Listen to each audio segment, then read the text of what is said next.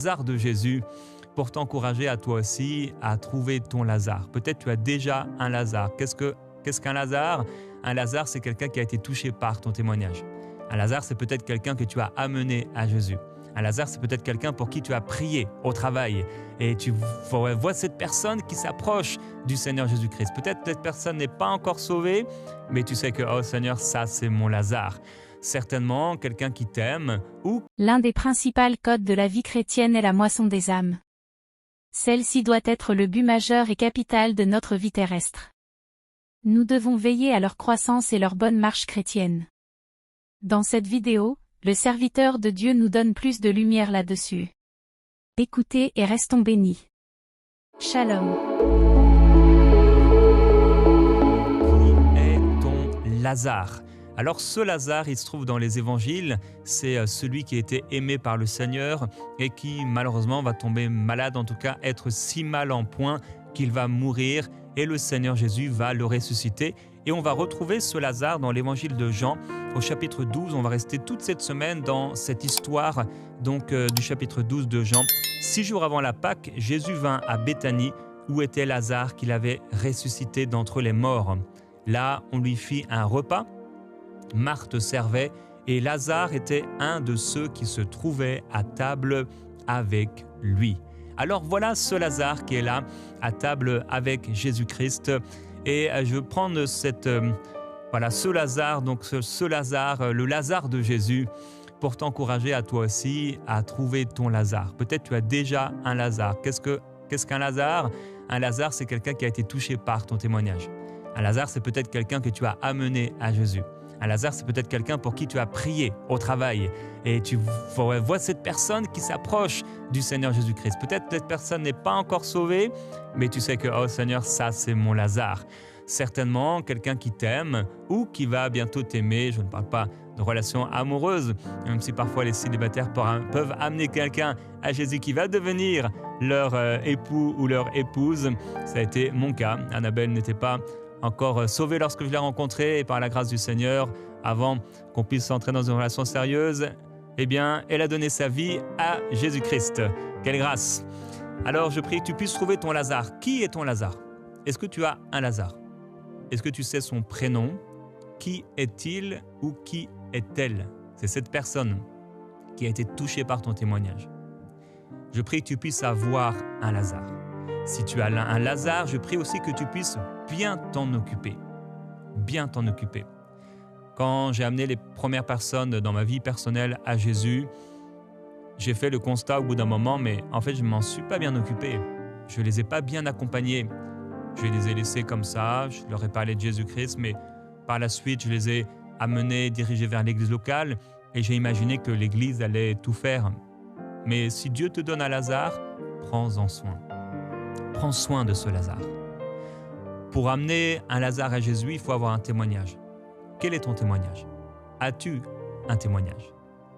Ce témoignage, ce n'est pas forcément un grand témoignage, ce que les chrétiens appellent souvent un grand témoignage. Voilà, quelqu'un qui était gangster ou quelqu'un qui était prostitué, quelqu'un qui était alcoolique ou un drogué ou quelqu'un qui était connu par même dans le monde pour avoir volé, tué ou je ne sais quoi. C'est pas forcément ça.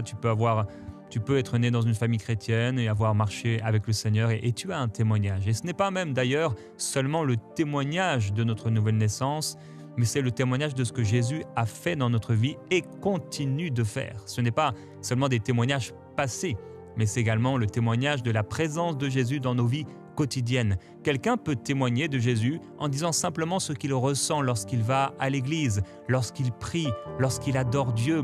Cette présence de Jésus qui vient et qui amène la paix surnaturelle. Le monde a tellement besoin de la présence de Jésus. Lorsque tu es au travail, tu vas travailler, les gens te voient heureux, heureuse, alors que peut-être ils savent que tu as des situations difficiles dans ta vie, mais avant d'aller au travail, tu passes un temps avec le Seigneur, tu respires un bon coup, comme on a vu il y a quelques jours, dans la présence de Jésus et tu t'appuies sur lui. Et là, il te donne une joie et cette joie, elle est manifeste.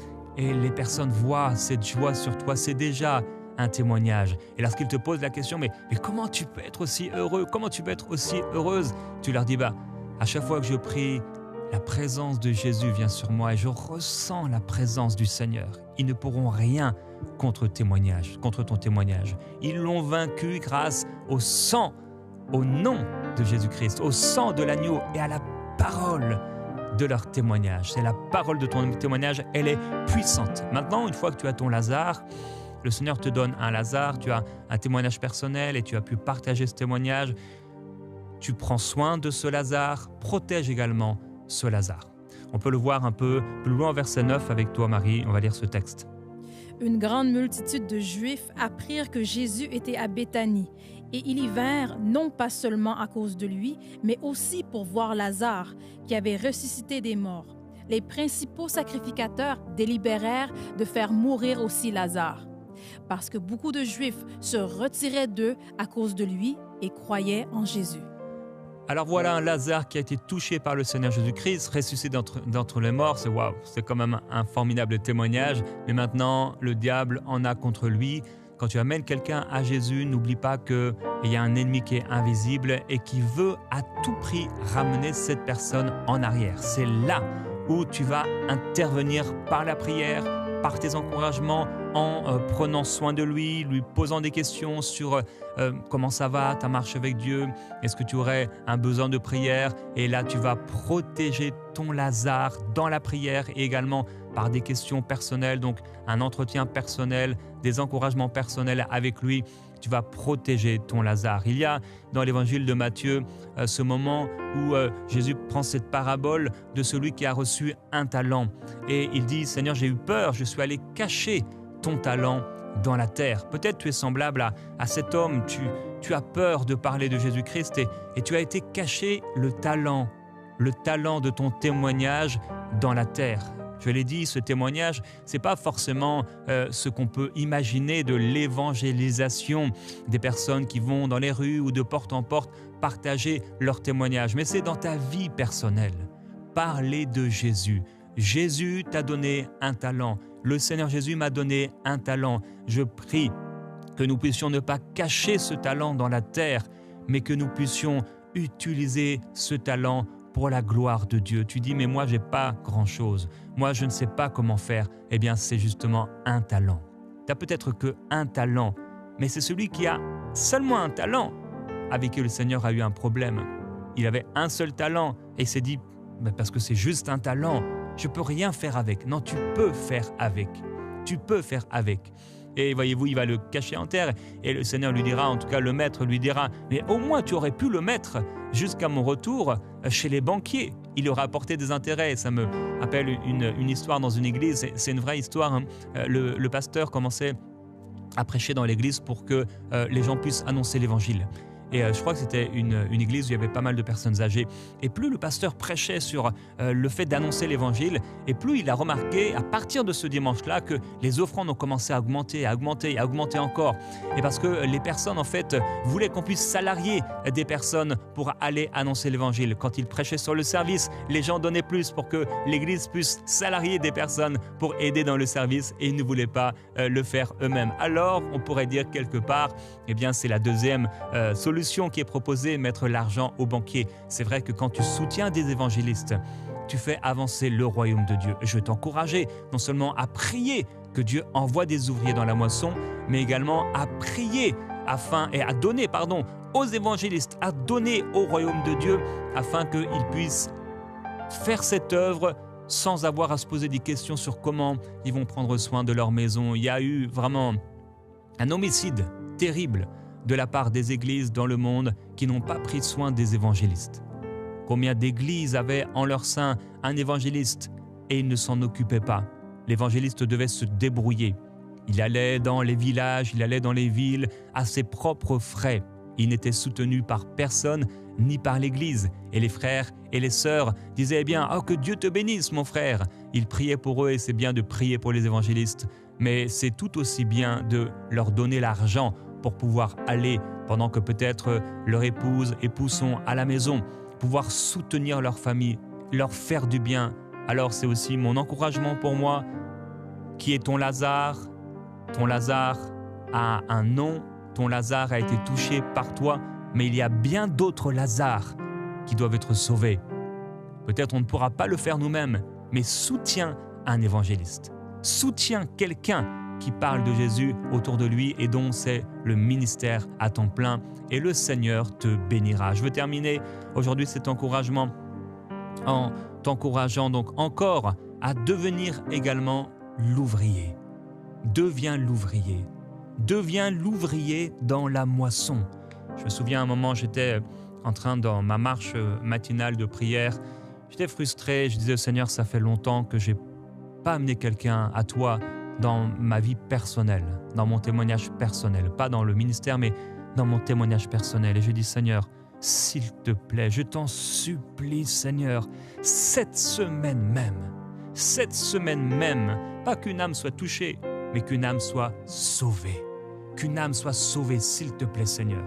Et cette semaine même, j'ai rencontré quelqu'un, une femme, j'ai pu partager ma foi alors qu'elle était un peu dans l'ésotérisme et je l'ai encouragée. Je lui ai dit pendant une semaine, ne parle que à Jésus. Le Seigneur l'a touchée, elle a obéi, elle s'est adressée à Jésus qui s'est révélé à elle et elle a été complètement transformée, sauvée par le Seigneur. Elle a rejoint l'église locale, elle a été baptisée d'eau et nous l'avons formée dans ses premiers pas avec le Seigneur. Je prie aujourd'hui que Dieu te donne ce Lazare. Là où tu es, j'aimerais t'encourager à faire cette prière. Père, fais de moi cet ouvrier qui amène à toi un Lazare. Oui, demande au Seigneur de faire de toi cet ouvrier. Père, fais de moi cet ouvrier. Je ne veux pas cacher ce talent dans la terre. Je ne veux pas, Seigneur, oublier ce que tu m'as demandé de faire. Tu m'as demandé d'aller. Tu m'as demandé de prêcher ta parole. Tu m'as demandé de prier afin que tu envoies dans la moisson des ouvriers. Père, je prie aujourd'hui. Nous prions ensemble avec mon frère, ma sœur. On s'accorde dans la foi et on te demande, Seigneur, envoie des ouvriers. Envoie des ouvriers dans la moisson. Nous te demandons, s'il te plaît, envoie des ouvriers. Des hommes et des femmes qui sont équipés. Des ouvriers qui ont été formés et qui ont un don particulier pour annoncer l'Évangile avec des signes, des prodiges et des miracles. Nous prions pour cela, Seigneur. Envoie des ouvriers. Du sein de nos églises, forme des ouvriers et envoie-les, Seigneur. Je prie, Père Céleste, que tu envoies des ouvriers encore aux États-Unis, en France, en Belgique, en Suisse. Envoie des ouvriers, Seigneur, en Côte d'Ivoire. Envoie des ouvriers au Cameroun, au Canada. Envoie des ouvriers en Guadeloupe, en Martinique. Envoie des ouvriers à l'île Maurice. Envoie des ouvriers, Seigneur, à l'île de la Réunion. Envoie des ouvriers au Bénin. Envoie des ouvriers, Seigneur, au Maroc. Envoie des ouvriers en Éthiopie. Envoie des ouvriers, Seigneur, en Russie. Envoie des ouvriers en Hongrie. Envoie des ouvriers, Seigneur, s'il te plaît. Envoie des ouvriers en Italie. Envoie des ouvriers en Espagne. Envoie des ouvriers en Angleterre. Envoie des ouvriers, Père, en Amérique, en Afrique, en Europe, en Asie, en Océanie. Envoie des ouvriers, Père, et envoie-les, s'il te plaît, avec la puissance de l'Esprit. Envoie-les avec grâce, envoie-les avec onction. Seigneur, nous sommes à l'ère des réseaux sociaux et nous prions également que tu puisses envoyer sur les réseaux sociaux des ouvriers, des hommes et des femmes qui, même depuis leur maison, pourront partager leur témoignage. Des hommes et des femmes que tu utiliseras avec une onction et une grâce particulière pour toucher les générations à travers les réseaux sociaux, Père. Envoie des ouvriers, des ministères qui sont suscités dans les médias, sur les réseaux sociaux, par des moyens de communication modernes pour partager ta parole. Oh merveilleux Jésus-Christ, ta parole qui a été prêchée, elle a aussi été écrite. On a utilisé des parchemins pour écrire ta parole. On a ensuite utilisé des papiers, le livre, pour pouvoir partager ta parole, diffuser ta parole. Aujourd'hui, ta parole est diffusée à travers l'ère numérique. Ta parole est diffusée à travers des vidéos. Ta parole est diffusée, ta parole est proclamée. Père, nous prions, envoie des ouvriers dans la moisson. Et Père, je prie aujourd'hui pour mon frère, pour ma sœur. Envoie vers elle, envoie vers lui un Lazare. Peut-être ce Lazare s'est endormi. Peut-être c'est mon frère, ma sœur qui s'est endormi. Je prie que tu le réveilles. Je prie que tu nous réveilles par rapport à la réalité des âmes perdues. Réveille nos cœurs, que là où on s'est endurci, que nos cœurs s'ouvrent à nouveau. Quel est ce Lazare? Demande au Seigneur, quel est ce Lazare? Qui est ce Lazare? Montre-moi, Seigneur, qui est ce Lazare? Je veux te laisser un instant dans la prière. Que la pensée de cette personne s'élève en toi, que le visage de cette personne te soit révélé. Si c'est quelqu'un que tu connais, que tu puisses le voir, la voir. Seigneur, ouvre nos yeux, que nous puissions voir ce Lazare. Au nom de Jésus-Christ, je prie que ce Lazare se réveille. Là où il est caché, là où il est endormi spirituellement, je prie que comme Lazare est sorti du tombeau par ta parole, nous appelons ce Lazare à sortir du tombeau. Nous appelons au nom de Jésus-Christ ce Lazare à ressusciter d'entre les morts. Nous appelons ce Lazare à la vie. Ça peut être ton frère, ça peut être ton père, ça peut être ta maman, ça peut être ta femme, ça peut être ton fils. Commence à prier pour ce Lazare. Commence à déclarer, non seulement prier, mais à déclarer la vie sur ce Lazare. Oh, j'appelle ce Lazare. Lazare, vie. Lazare, ressuscite d'entre les morts. Lazare, sois sauvé au nom de Jésus. Père, sauve ce Lazare, qu'il se réveille, qu'il ouvre les yeux et qu'il voit ta gloire se manifester. Oh Père, révèle-lui Jésus-Christ. Révèle-lui, révèle à son cœur le besoin d'avoir Jésus dans sa vie, le besoin du salut. Révèle dans son cœur, donne-lui une pensée forte de l'éternité. Merveilleux Jésus-Christ, nous prions pour ce Lazare. Qu'il se réveille. Attire-le à nous. Connecte-nous à lui. Au nom de Jésus-Christ. Père, je prie pour ceux qui ont peur, ceux qui ont caché leur talent en terre. Nous avons trop caché notre talent en terre. On a trop vécu nos journées comme de simples salariés, comme de simples hommes. On a été au travail, on a travaillé, on s'est endormi et la journée a passé comme de simples employés, comme des gens sans mission. Seigneur, change nos cœurs encore. Nous ne sommes pas sans mission. Nous ne sommes pas là pour travailler et avoir un salaire.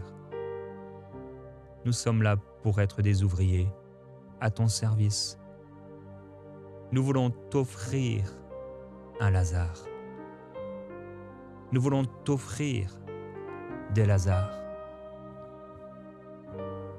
Père, là où ton peuple t'offrait des taureaux, des bœufs, des colombes. Nous voulons t'offrir des âmes. Nous voulons t'amener des hommes. C'est toi qui as dit à Pierre, tu ne seras plus pêcheur de poissons, mais tu seras pêcheur d'hommes. Je prie aujourd'hui pour mon frère, ma sœur, qu'il devienne pêcheur d'hommes. Qu'elle amène à toi cette âme. Je prie pour cette sœur. Cette sœur peut toucher des femmes que mon frère ne peut pas toucher. Cette sœur peut partager et témoigner à des femmes à qui mon frère ne pourra pas parler. Père, je crois, selon qu'il est écrit dans ta parole, tu dis un mot, et les messagères de bonnes nouvelles forment une grande armée. Je veux prier, Père, pour terminer, pour toutes ces sœurs qui n'ont pas réalisé qu'elles portaient en elles-mêmes une grâce pour témoigner aux autres femmes. Il y a des maisons qui ne s'ouvrent que par les femmes. Il y a des endroits où seule une femme peut entrer. Il y a des cœurs qui ne s'ouvriront que parce qu'une femme aura parlé. Il y a des rencontres qui ne se font qu'entre femmes. Il y a des connexions, des communions, des discussions. Il y a des choses qui ne sont comprises qu'entre femmes. Père, je prie que pendant que ma sœur parle de sa grossesse, pendant que ma sœur parle de ses enfants, pendant que ma sœur parle de ses défis de femme, elle puisse amener cette femme à qui elle parle à toi, au nom de Jésus-Christ.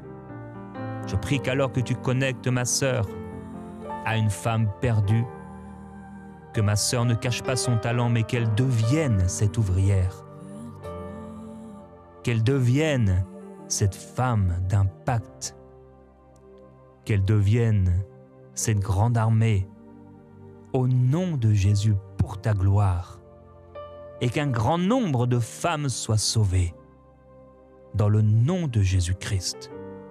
Je te loue, Seigneur, pour les connexions entre les femmes, mais également les connexions entre hommes. Il y a des discussions qui ne sont faites qu'entre hommes. Il y a des situations qu'un homme vit que seul un autre homme peut comprendre. Père, je t'en prie, envoie des ouvriers dans la moisson et qu'un grand nombre de Lazare soient sauvés et parviennent à la vie éternelle et s'assied avec toi à table pour manger, au nom de Jésus-Christ.